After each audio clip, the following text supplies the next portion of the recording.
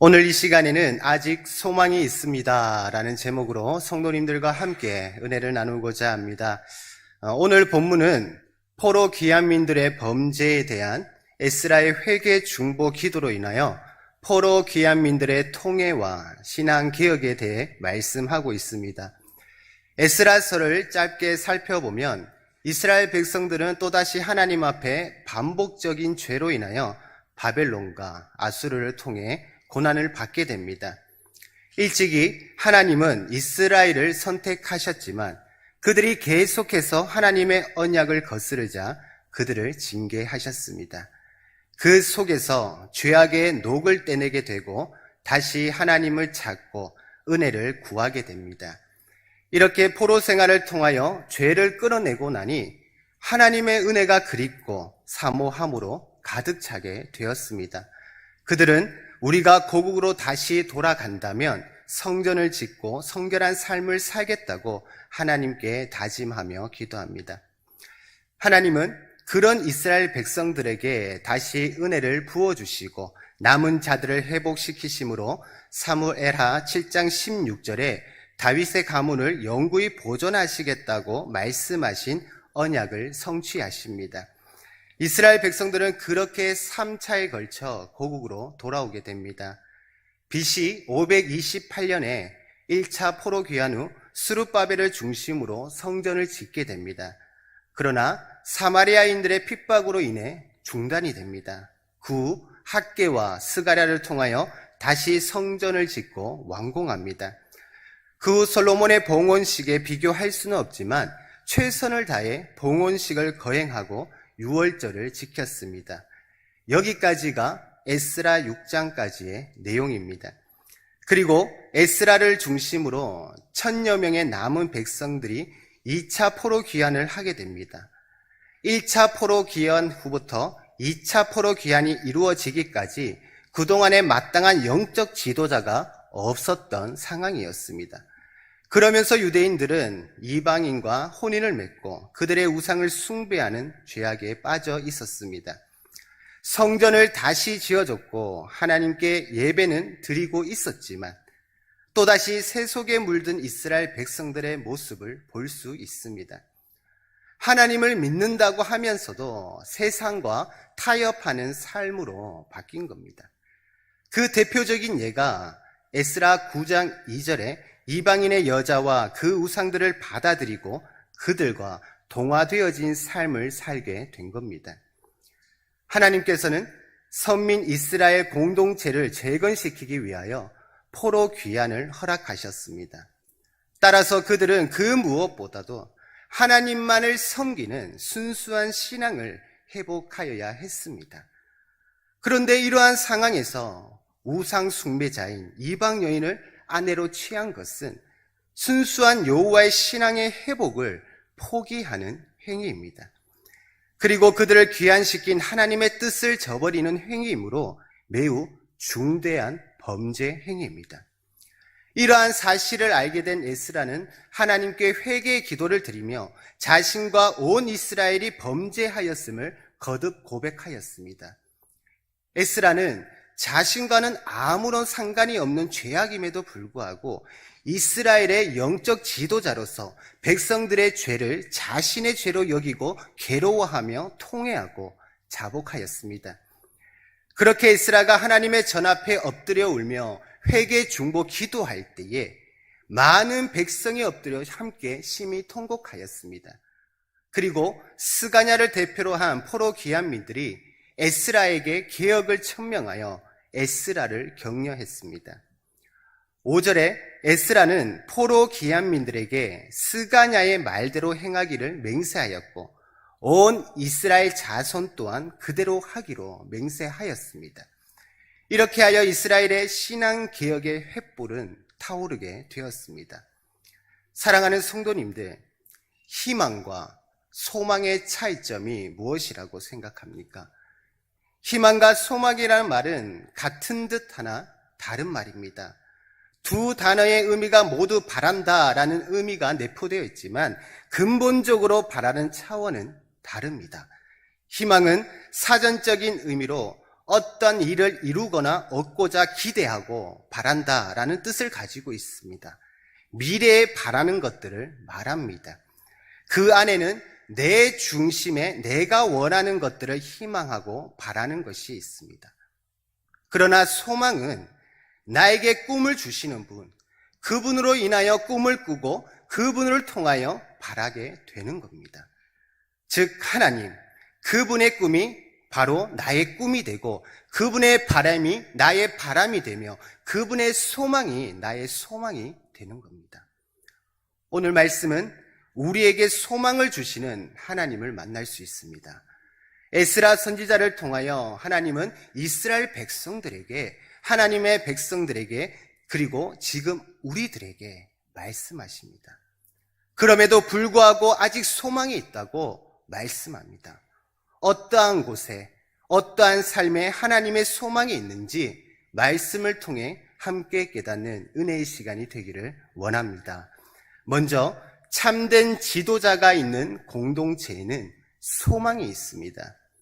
이스라엘의 귀한 자들의 이방인과의 통혼 실상을 보고받은 에스라는 큰 충격을 받고 상심하며 하나님 앞에서 슬퍼하며 회개 중보 기도를 할 수밖에 없었습니다.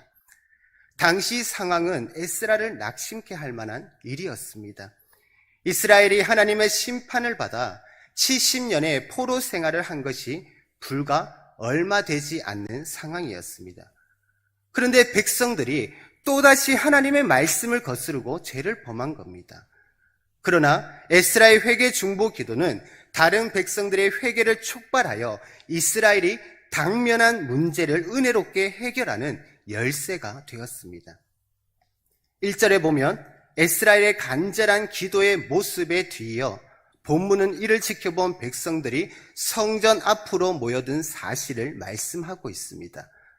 지도자의 회개의 눈물이 포로 귀환한 이스라엘 공동체로 하여금 동일한 회개의 눈물을 흘리게 만들었음을 나타내고 있습니다. 참된 지도자는 자신이 이끄는 공동체에게 말로만 가르치는 것이 아니라 몸소 모범을 보이는 실천하는 사람입니다.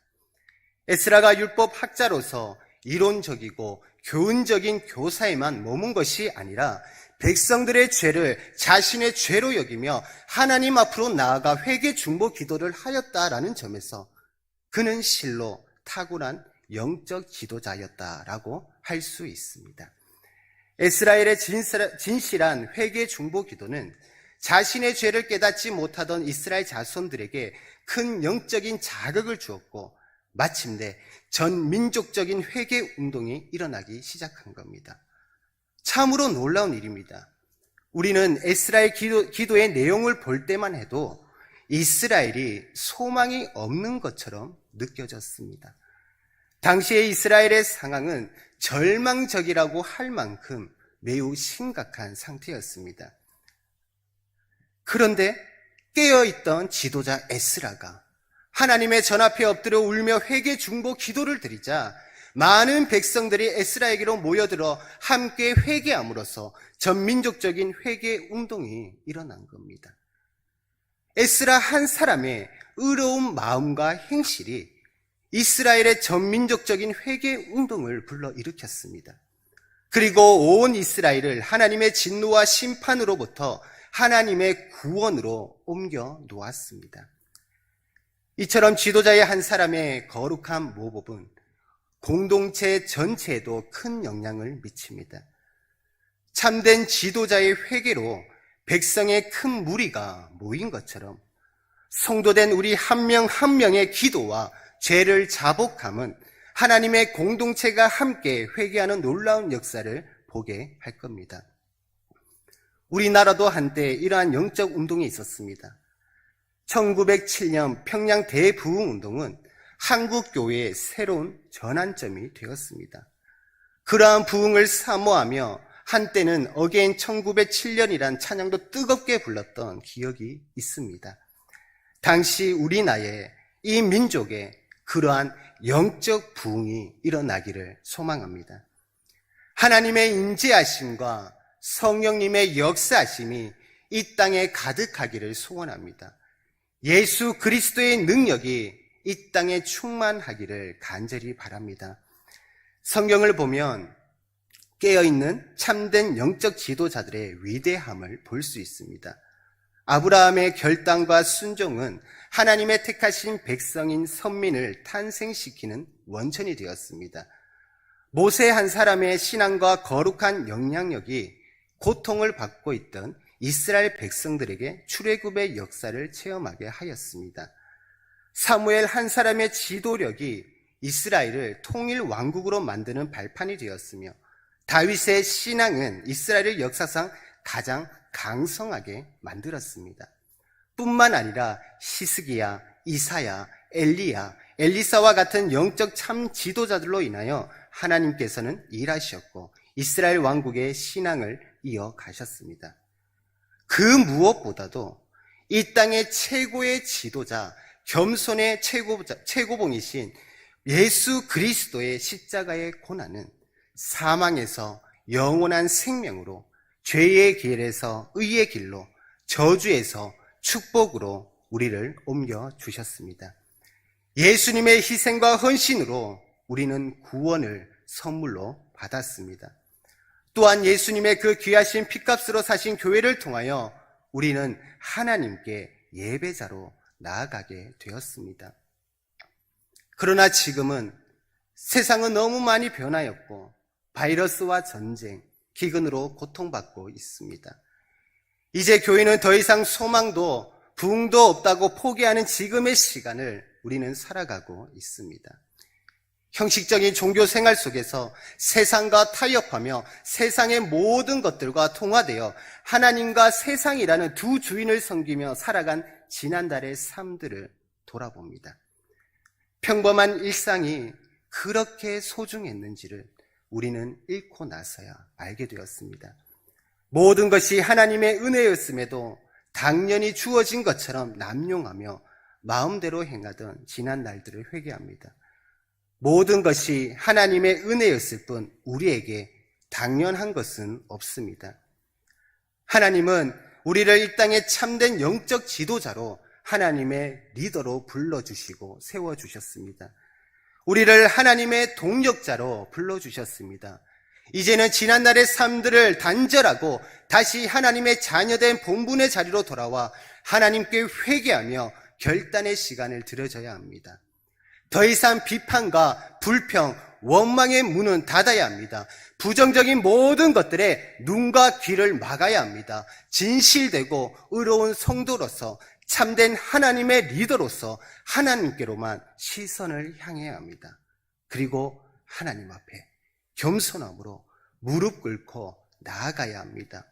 이 땅을 위해, 이 한국 교회를 위해, 그리고 이 땅의 지도자들을 위해 기도하지 못한 우리의 지난 시간들을 회개하며 하나님 앞에 다시 간절한 무릎으로 나아가야 할 때입니다. 또한 나로부터 시작되어 하나님의 백성된 모든 믿음의 공동체가 다시 눈물의 회개로 나아갈 때에 하나님은 다시 우리에게 소망의 깃발을 흔들어 주실 겁니다. 그리고 통곡의 참된 회개 속에 소망이 있습니다. 1절에서 나오는 울다, 통곡하다라는 의미로 번역된 히브리 말은 감정을 억제하지 못하여 아주 크게 통곡하며 몸부림치는 것을 나타낼 때 사용되는 말입니다. 백성들은 이처럼 하나님 앞에서 자신의 죄로 인하여 통곡하며 몸부림치는 에스라의 통곡 소리를 듣고 하나님의 진노에 대한 두려움으로 마음의 찔림을 받아 통곡하며 에스라에게 나왔습니다. 에스라의 통곡 소리는 자폰의 죄를 범한 이스라엘 자손들에게 보내는 하나님의 경고음과도 같습니다. 에스라의 고백처럼 이스라엘을 멸하시고 남아 피할 자가 없도록 하실 수 있는 하나님의 진노에 대한 경고음이었습니다. 이러한 경고음이 바로 전 민족적인 회개운동이라는 큰 변화를 일으켰습니다. 이 세상에는 자기에게 손해나는 일로 우는 사람들이 많지만 세상의 죄, 공동체의 죄, 나의 죄 때문에 슬피 우는 자는 드뭅니다. 그리스도께서 십자가를 지시고 골고다 언덕을 오르시면서 하신 말씀은 너희와 너희 자녀를 위하여 울라라는 말씀이었습니다. 예수님의 눈에는 죄로 물든 세상을 살아가는 우리들을 안타까이 보셨습니다. 그렇게 세상의 죄로 인한 성도의 의로운 통곡 소리, 회개 소리는 그만큼 귀중합니다. 그리고 3절을 보면 스가냐는 이스라엘에게 소망이 있는 이유에 대해서 말하고 있습니다. 그 이유는 내 주의 교훈을 따르며 우리 하나님의 명령을 떨며 준행하는 자의 가르침을 따라 이 모든 아내와 그들의 소생을 다 보내기로 우리 하나님과 언약을 세우고 율법대로 행할 것이기 때문이다라는 겁니다.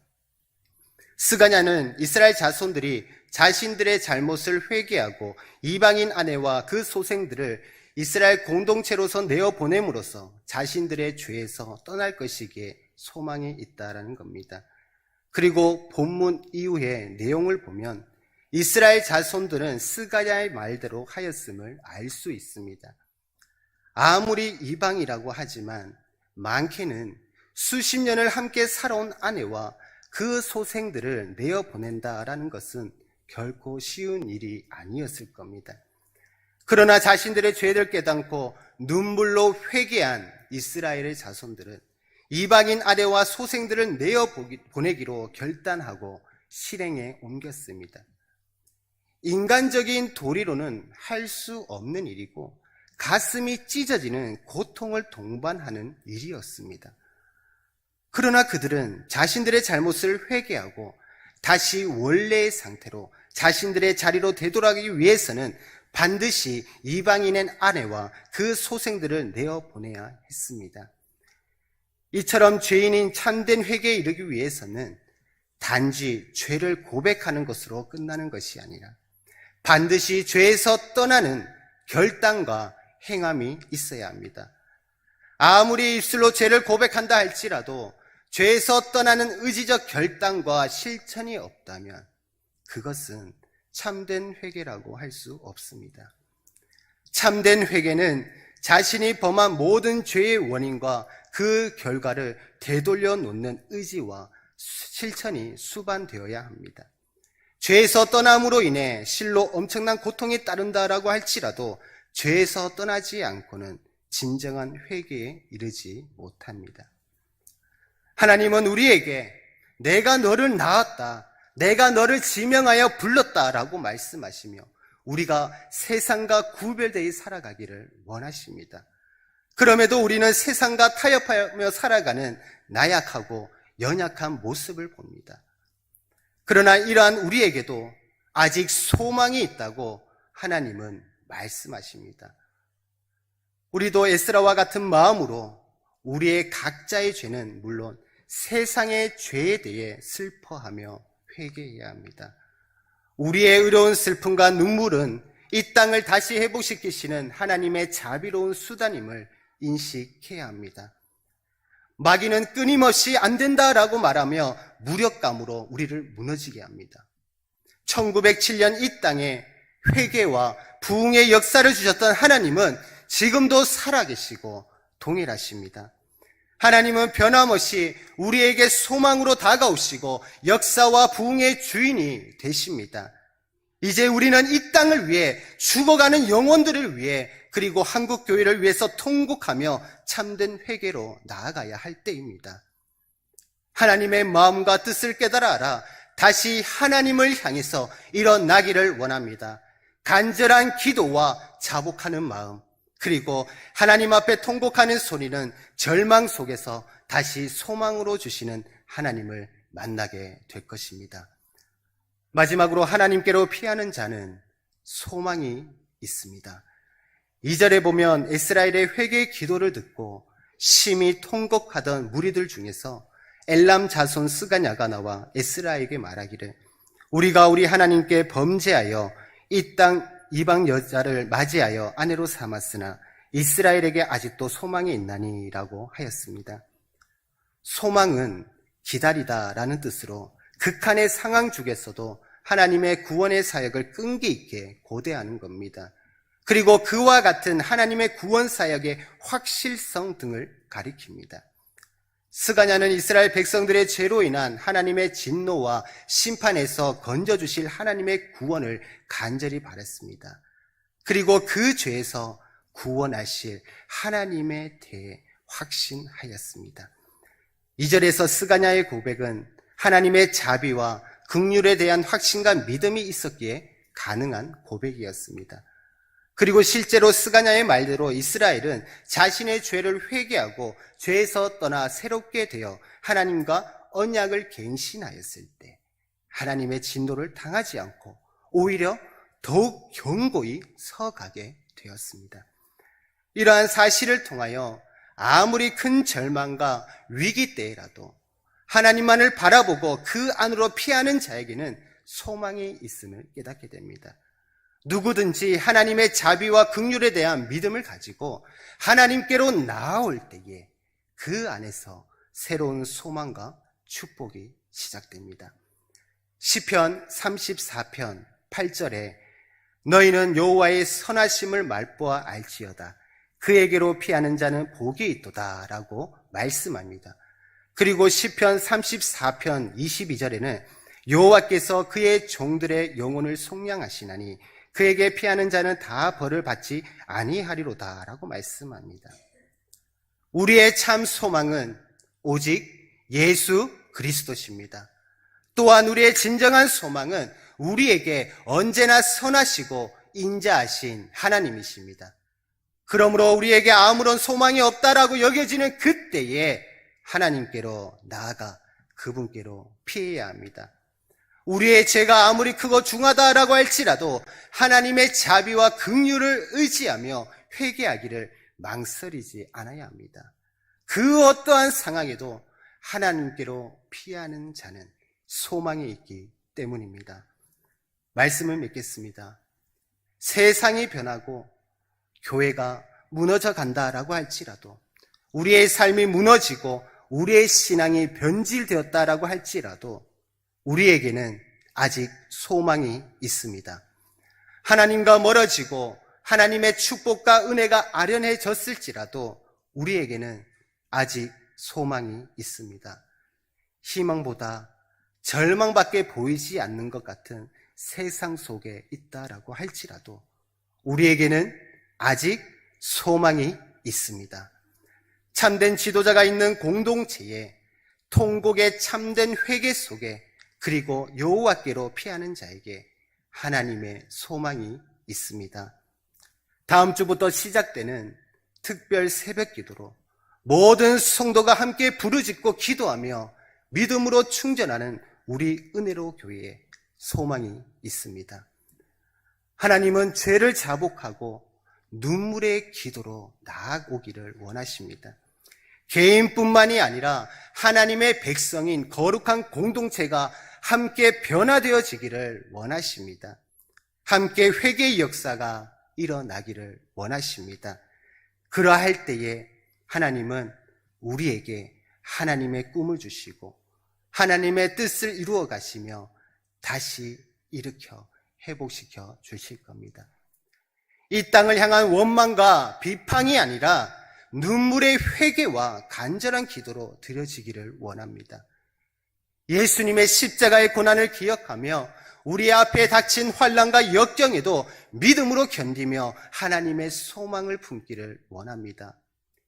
24년이 시작된 새해 이 민족을 위해, 이 경산 땅을 위해, 그리고 우리 은혜로 교회를 위해 소망을 주시는 하나님 앞으로 나아가 영적 부흥의 기쁨을 누리는 저와 모든 성도님들이 되시기를 주님의 이름으로 간절히 축복합니다.